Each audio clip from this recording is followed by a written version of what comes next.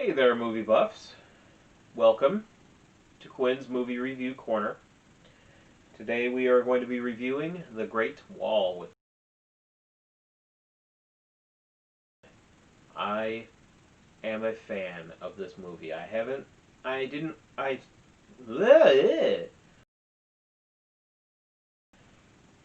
Yeah, is that right? This is Sophie, by the way. Sophie Rain. Newest addition to our family. So, Matt Damon, uh, The Great Wall. I saw a preview for it on one of the many movies that I have, and I figured I would. It looked really good, and I was not disappointed whatsoever. From what was that? Good Will Hunting with Matt Damon and Ben Affleck. I would say, and that's Robin Williams. Yeah. Um, from that one to like the Bourne trilogy or quad or whatever it is. Even I love him in Downsizing. I don't know if you've seen that movie. Definitely recommended. The Mars movie where he's left on Mars. Um, that one's a really good movie. Anyways, basically, I have a man crush on Matt Damon. No. Starting off, I had no idea about this movie going into it. So if you don't know anything about this movie, I would suggest you watch it first because I'm gonna, explain to what's going on. By the way, she's suckling on my fingers right now. In case you don't hear that, I don't know, but she is going to town. Starts off with a bunch of people in a group that are being attacked by, I'm guessing, Mongolian people, just because it's near the Great Wall of China, and Chinese were in, a lot of times were at war with Mongolia. There was one guy that was there for the Mongolian or whoever they were, guys that were trying to catch them and probably kill them or whatever, or just steal their stuff. I don't know. And he was really large, and I was like, he must like his Mongolian beef or something like that. It was pretty funny, and I don't have much to say because I'm big too. So, but are they lose them somehow. It's a probably group of about 4 or 5 guys, and the one guy gets a arrow through the leg. So they're around the campfire, and they're all joking and stuff and talking about the one guy's gonna die pretty much because he's got an infection in his leg from the arrow, and everybody just disappears, gone, completely gone, except for the two people. And Matt Damon's character, really big, huge, long beard, long hair, matty, like really bad. Even the teeth were, his teeth were all dirty and stuff. It was very good makeup. And oh my god, the costumes! It was amazing. So not the beginning, but when we get to the army part, that was amazing. Yeah, they're back to back. It's a Mexican guy and Matt Damon's character. Or maybe he's Spanish, but either way. Um, he cuts. So there's some kind of a thing hunting them. That's why they all disappeared. And he swishes his sword and cuts off its leg, and it falls into a ravine, dies. And I just assumed that it was like a dragon, because there's a lot of dragons in Chinese myth, Chinese culture, things like that. So I'm like, okay, maybe it's a baby dragon because it's a smaller foot, like a foot length. Um, it's green, and there's green. It's green blood and stuff like that. So they're riding, just the two of them, to the Great Wall to get gunpowder.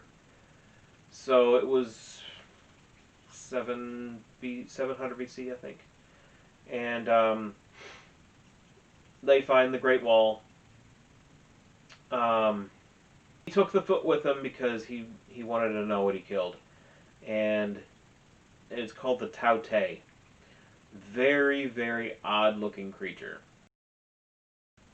For the, well, I mean, it's in Chinese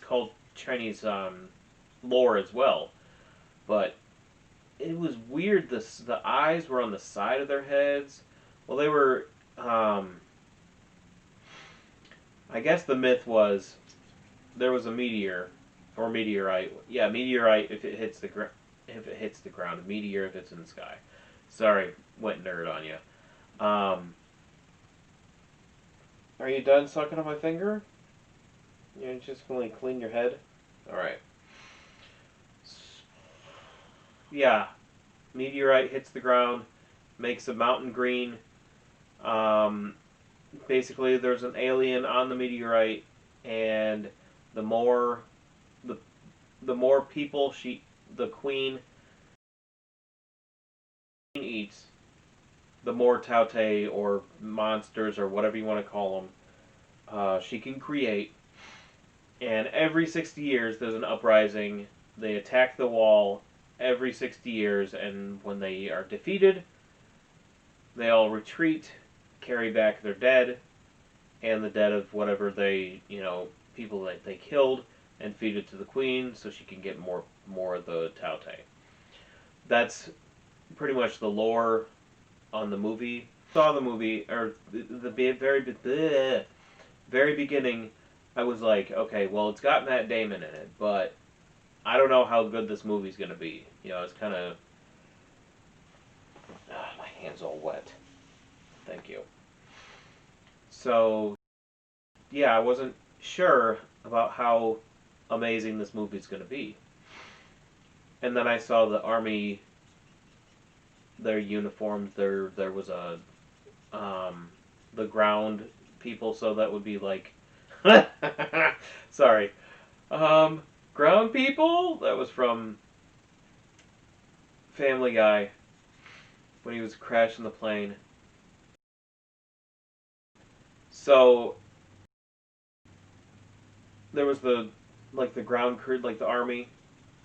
Uh, there were some kind of black cats or panthers. Yeah, panthers. And there was eagles and geese and things like that. But each and every I watched all the special features, and each of the each person's army uniform or whatever you want to call them, it had like 20 different things on them. They paid such close to detail, and there was like 500 extras, and they rehearsed for months and months on end to get in the synchronizing, synchronicity. No, I'm just kidding. To get it all in sync. So there's a lot of CGI in the movie, but you don't really notice it. You kind of, I mean, from what I understood, there was probably 50 feet of the bridge, the wall that they built, and they obviously added on, like cut, pasted multiples in the background to make it expand, but you couldn't really tell. It was done flawlessly, and so there was the huge battle within like the first 15 minutes of the film.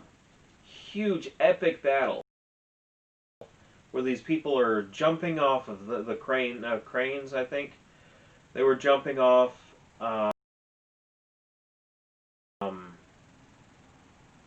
bungee jumping basically and stabbing these creatures in the eyes, which are on the side of the face, outside of their like their shoulders area. Obviously, archers and things like that.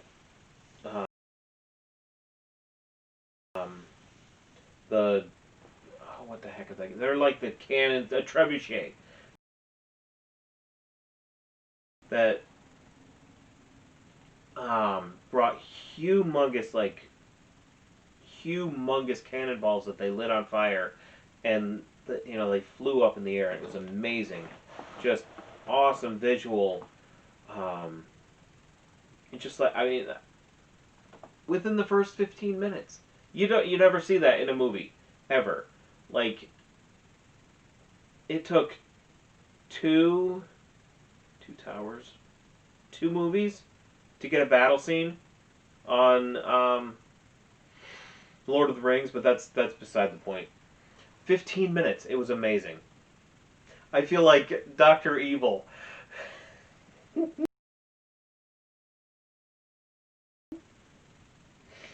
Petting his cat.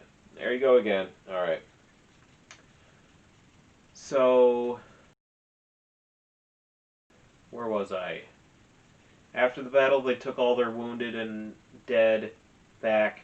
Matt Damon's character shows off his archery skills. Um, there's a little bit of a love interest with the Matt Damon's character, William. He tries to help out with capturing one.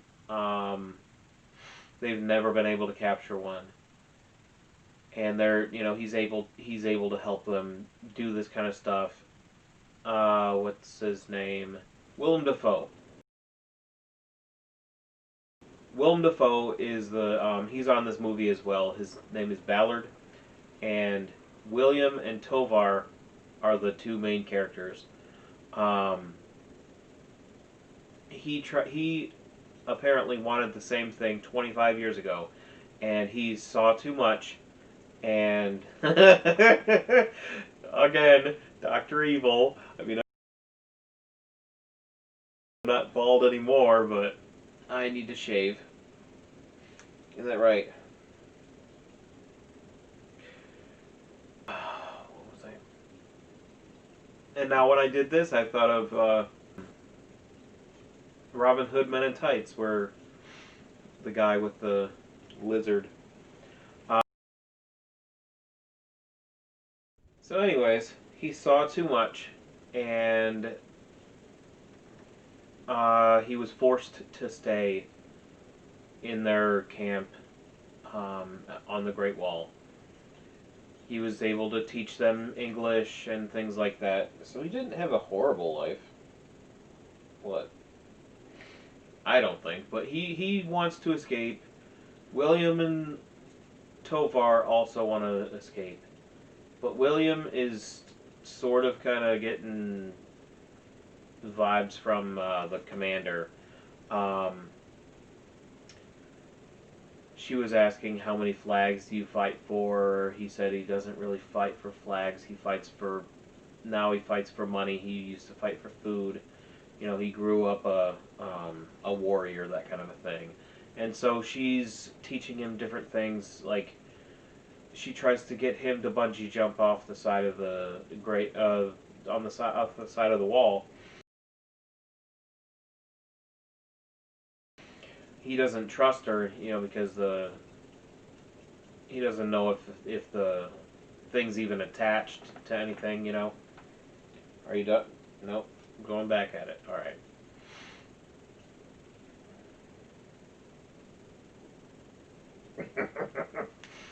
She just looked at me and went right back at it. Like, what? Why are you talking to me? Why are you talking to me? I'm trying to suckle on your finger. So he's trying to fit trying to help them out. Whoop. Where are you going? That's exactly what you want to see, a cat butt. So she is purring so loudly.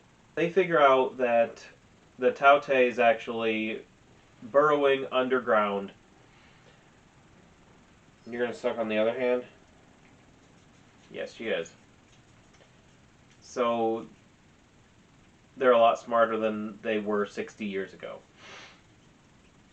And with the capital being like 2 days of air balloon flight, and yes, they do use hot air balloons, but they use black powder as the accelerant instead of propane or whatever. It's crazy. I don't know. I do want to do research on that to see if that's actually a thing. Um, because if it is, that's definitely the first manned flight would be in 400 BC instead of 1920 something. The Wright brothers. So they there's like 2 million people in the capital, and with the amount of um, people and whatnot, they would be able. The Taute would be able to reach the entire ends of the earth and invade, basically. So it had already been like 800 years from the time the Taute actually landed here on Earth. And yeah, so they actually that's when they're about to leave. Actually, no, they want to capture one. And Matt Damon's character William was talking about how they do it in how they whale, how they fish for whale, how they catch whale. They use a hook, a spear and a harpoon underneath their bone, and keep them there. That kind of stuff. So he helps them do that, and it's really foggy out. That's when Ballard and Tovar want to escape, but William's like, I'll stick around. Tovar ends up saving William. That's when they first see the black powder weapons being used.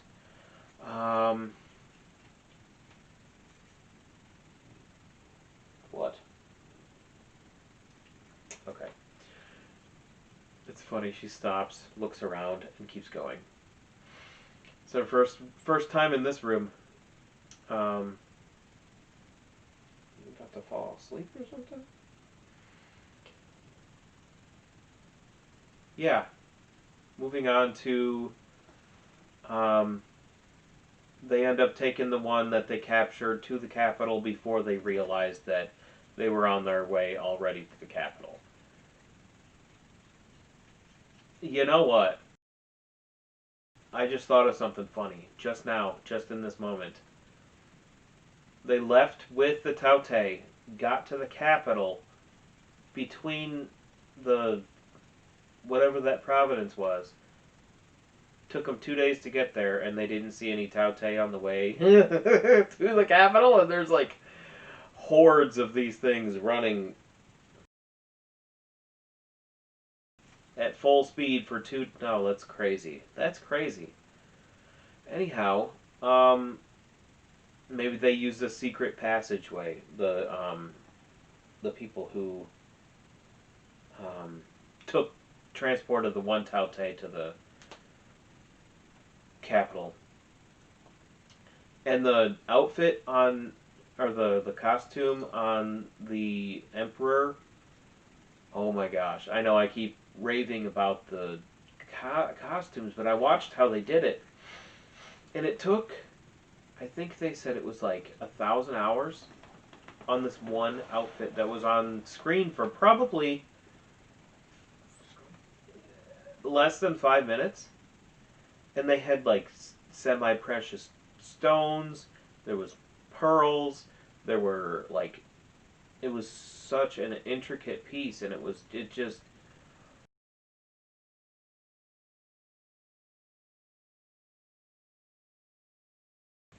they had to they built the temple, which is like gilded everything, and oh my gosh, the background, the backdrop to the throne. I'll probably hopefully be able to put up some pictures that I can find off the internet or something like that. But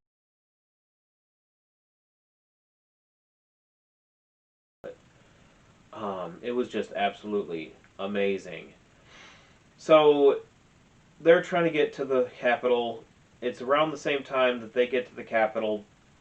The Tao Te get to the capital, start eating everybody.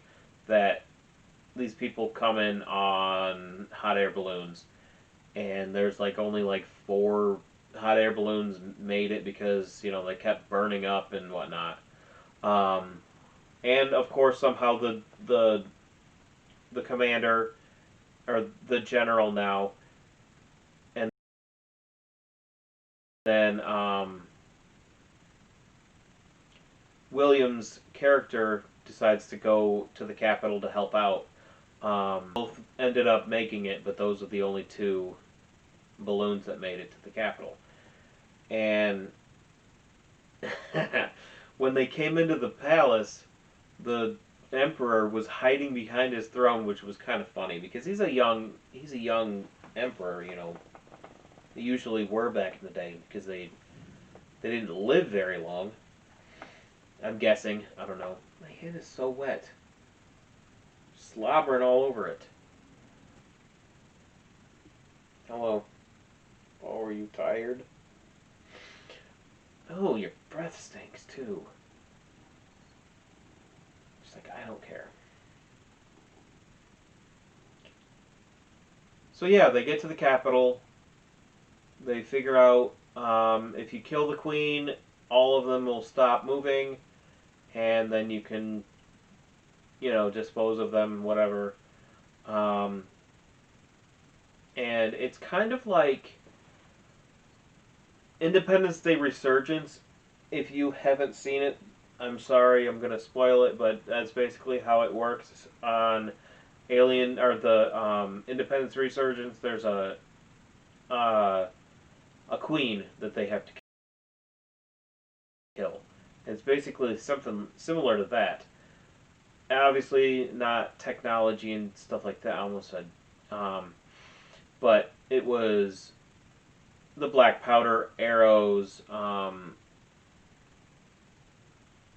and this magnet that they figured out makes the Taute stop moving. I think it's made of the same material as the meteorite, or it's a part of the mountain. One of the two. It's part of the crash, and it just makes them stay still. That's how they were able to and that's how they were able to transport the one Taute through the Taute hordes to get to the capital. Um, where was I? Yeah, they're obviously, it'll it takes a couple tries. Really suspenseful stuff. The Queen actually sees where he's shooting from in this tower,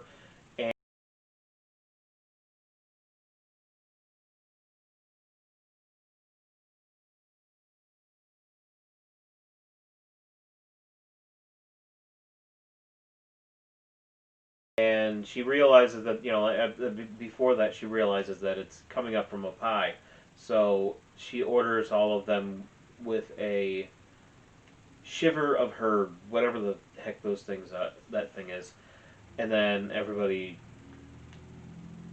spikes up their hair on the back of their neck. That's their ears, I guess. This is her mouth up here, and so they are going up the towers because she knows that it's high up, and then she sees him, she spots him, and then all of them go from one, and then start going up. So they're going higher and higher and higher. And every time that he tries to get close,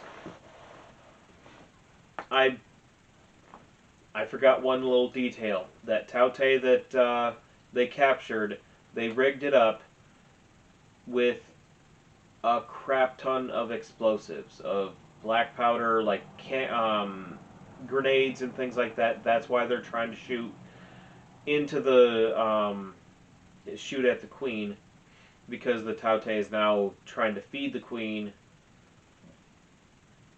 You know, whatever they ate. I think it was a bunch of maybe cows or lambs or something like that. And that's what he's trying to shoot. William is trying to shoot, and he ends up. I think he hooked up um, the magnet to um, the arrow, and that's how he was able to get through her um, people's her Taute's shields and stuff like that. And that it ends up a happy ending. They all stop moving and they all fall and whatnot. So, and that's kind of interesting because they also took that from nature. Um, you know, I think there's a